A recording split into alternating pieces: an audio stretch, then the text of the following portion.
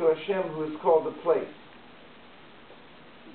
They use the word hamakom.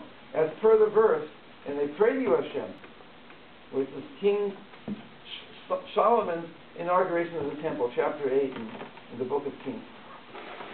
So that the Talmud continues, one standing outside the land of Israel directs his heart to the land, quote, and they pray to you facing their land. One standing in the land directs his heart towards Jerusalem, as per, and they pray to you, turning towards the city which you have chosen. Those standing in Jerusalem pray toward the temple, as per, and they pray towards the city which you have chosen, and the temple that I have built in your name. And those in the temple intend or direct their hearts to the Holy of Holies. Okay. In this way, those standing in the north face south. Those standing in the south, and whatever, south pray north. Those in the east, west, and those in the west. All Israel pray towards one place.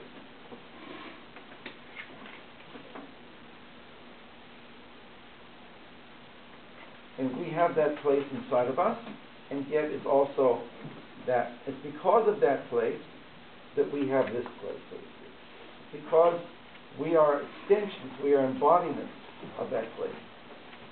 Similarly, in Pirkei Avot, when you pray, do not make your prayer a fixed duty, but a plea for mercy and a supplication before Hamakom.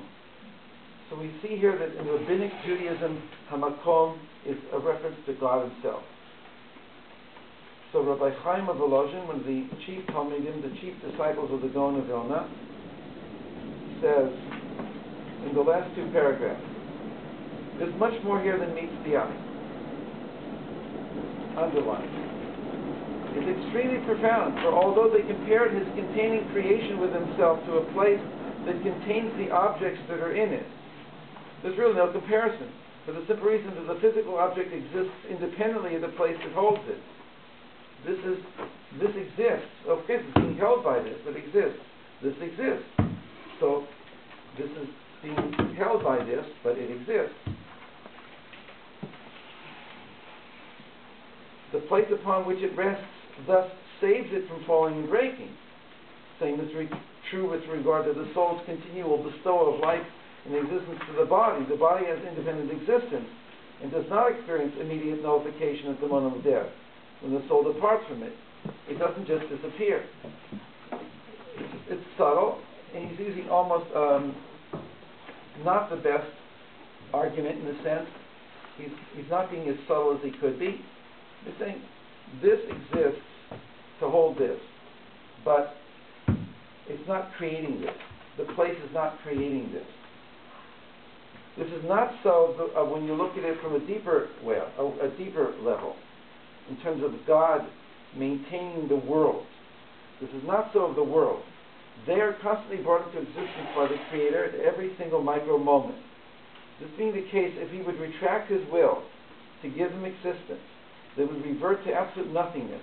It's only because it is beyond the capacity of any creature, even the highest of the high, to grasp this matter, how all the worlds and their hosts have no independent existence, and how they are all brought into existence every split second. It's only because of this the sages chose to describe God as Hamakom. For although it is His decree to bestow existence to the world in a way that cannot be grasped,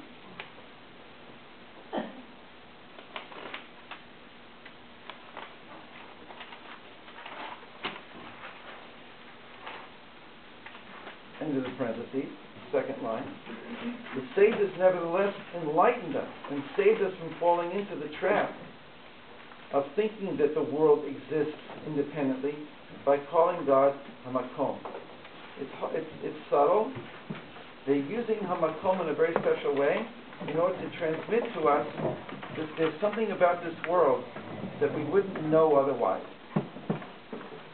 I.e., the world does not really exist as we experience it. Right? And it's known that the way our brains work is the way we perceive reality. So what's going to happen as Mashiach comes is going to be a transformation of cognition, or it could be called even not perception. It's called cognition. another word that I'm not getting, but it's deeper than perception. So that's what he's trying to say, is that they're calling God Hamakom, which is 10 times 10, 5 times 5, 6 times 6, and 5 times 5, the letters of God's name squared. They're calling him Hamakom to indicate to us that what we're really supposed to connect with here is a deeper level than the physical reality that we know.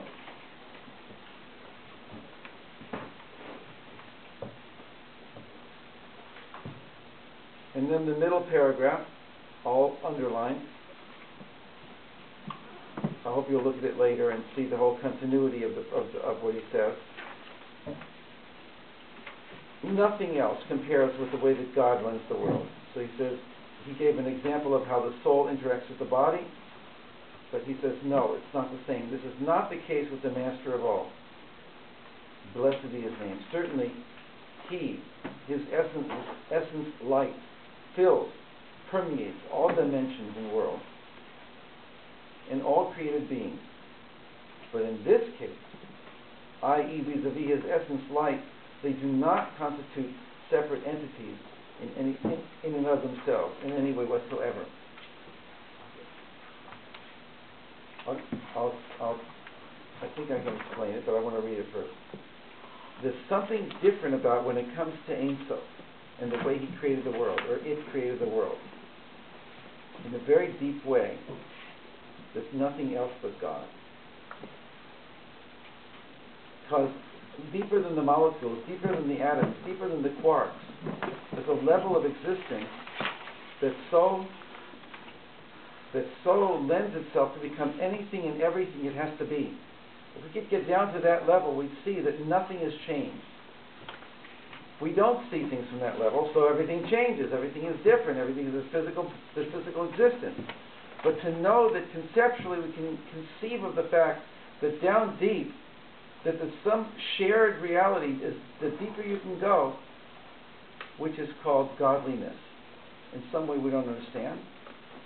And to know that everything, including ourselves, and our ability to think and to exist and to do anything, is all predicated on that ground of being upon which everything else is built. So there's not much more I can say in terms of words, but he says it beautifully here in this paragraph. On the fourth line, fourth word, literally nothing else exists but him. Or there really isn't anything else but him in any dimension whatsoever. From the highest of the high to the deepest abyss of the physical world. To the extent it can be said, there's nothing created here. No world whatsoever. On this inside level, when we're in the throne room with the king, wow, it looks so different. All is filled with his simple, essential oneness. May his name be blessed. Along these lines, see the words of the rabbi, the Rokeach, at the conclusion of a Kedusha Hayihu that he wrote. Quote, the blessed Creator does not need a place or an abode, for he existed before anything else was brought into being. No walls or partitions separate before him. He did not create anything that could stand before him. The walls don't exist from God's point of view. Again, we're not God, but he wants us at least to know that there's that level. That's what changes us. I don't have to overdo it, but I just wanted to present it to you and to enter into that place with you. He ends off the second to last paragraph, underlined. This means exactly what it says. There's nothing else beside him whatsoever, in any way, at any level, anywhere. Because if it's true for the ground of being, which is the deepest level of reality, more profound and more primary than the quarks, or whatever we're calling that level, it's also going to be true at every other level. Well, why? Because what the atoms are made up of is that level. And what the atoms then become molecules, and molecules become